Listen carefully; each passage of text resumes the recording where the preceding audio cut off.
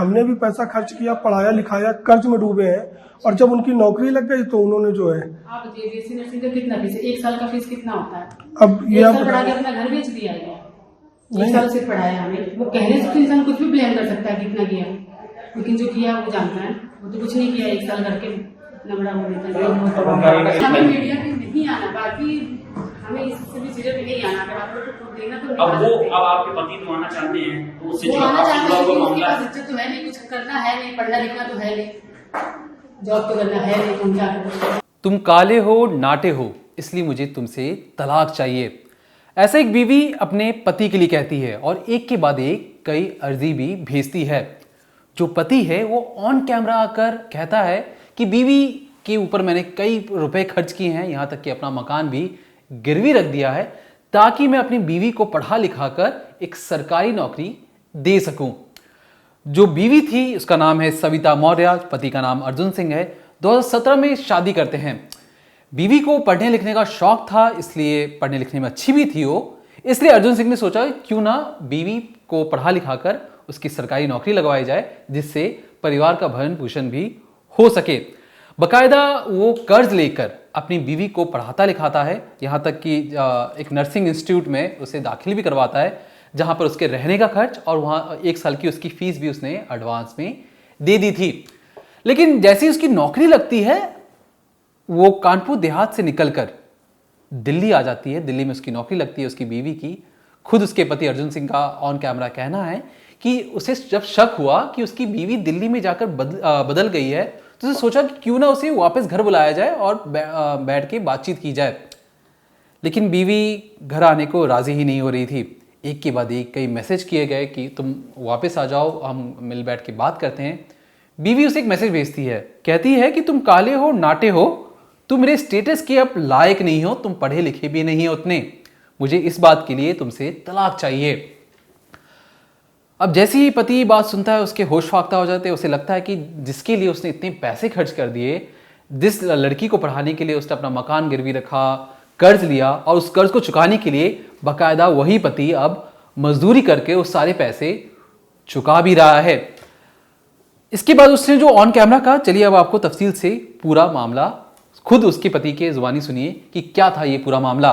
हमारा शादी 2017 में हुआ था। 2017 के बाद हमने रामा मेडिकल यूनिवर्सिटी से इनको बीएससी नर्सिंग करवाया। पढ़ने में ठीक थी तो हमने कहा ये पढ़ लेंगे और कुछ बन जाएंगे तो आगे का भविष्य हमारा भी अच्छा होगा, बच्चों का भी होगा, इनका भी होगा, सबका भविष्य अच्छा होगा।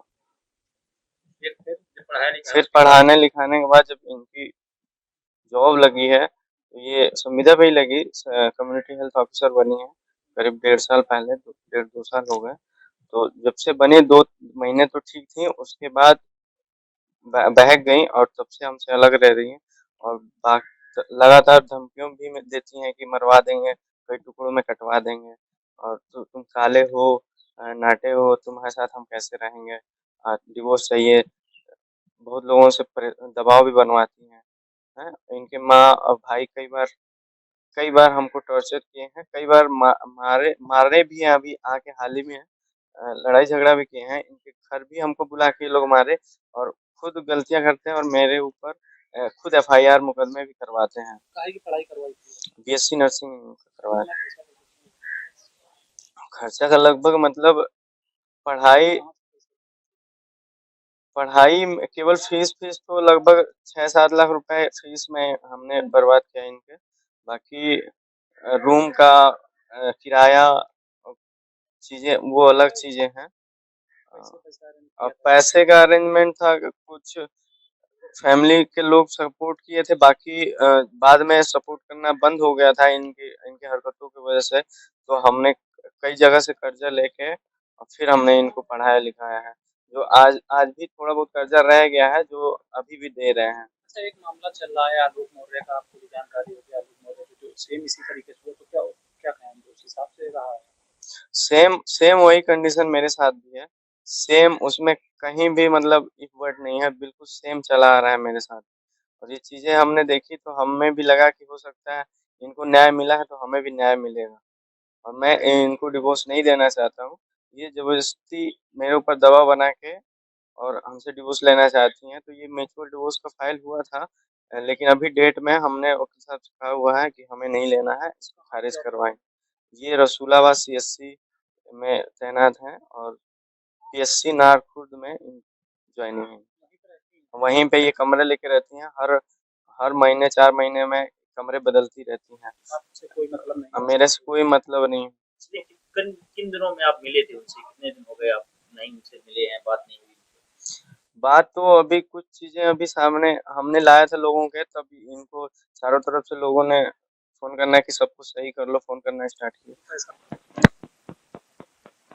ये चीजें तो सही है कि वो नौकरी के बाद ये चीजें सामने आने लगी 2 महीने बाद से ही कि हम हाँ अब हमारा उनके बराबर हमारा स्टेटस नहीं है। लोगों को बहकावा में आने लगी, उनका स्टेटस बढ़ गया, इसलिए वो भटकने लगी और भटकी और बहुत ऐसी भटकी है कि मेरे ऊपर इतने मुकदमे और लोगों के कहने पे करवाते चले जा रहे हैं। अब जैसे कि अपने पति को सुना, बीवी भी कुछ इस टिप्पणी के बाद क्या कहती है वो भी सुनिए। इस वक्त बीवी का जो ये वीडियो है जमकर वायरल हो रहा है। वो बीवी कह रही है कि कैसे जो पति है वो मुझे पर इतना पैसा खर्च कर सकता है, जो खुद पढ़ा लिखा नहीं है, वो घर पे कोई काम नहीं करता, इसी वजह से मैं उसे तलाक दे रही हूं। ऐसा उसकी बीवी यानी सविता मौर्य का कहना है।